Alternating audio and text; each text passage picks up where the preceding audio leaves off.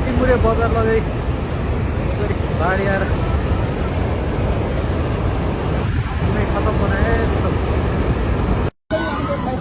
Oh my God यार एकदमै ठुलो ठुलो बाढी आएको छ। खाल्टे पहिरो बेसी यो त्रिशुली बेत्रावती सबै बगाउने अवस्था छ। साथीहरू यो टाढो टाढो जो नजिक हुनुहुन्छ सबै भाग्नु होला कृपया।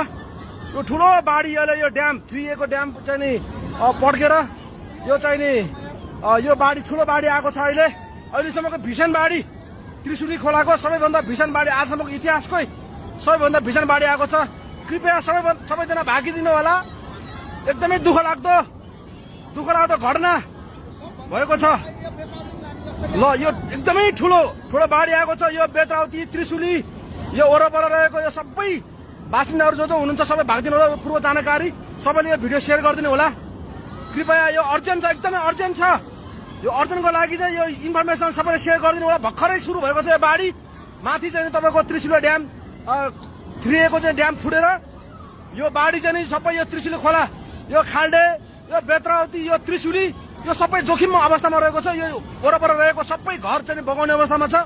सबैजना चाहिँ भागिदिनु होला। त्यहाँबाट चाहिँ सबै टाढो रहनु होला। ल कृपया यो मेसेज यो इन्फर्मेसन सबैले सेयर गरिदिनु होला। छिटोभन्दा छिटो यो लाइभलाई सेयर गरिदिनु होला कृपया।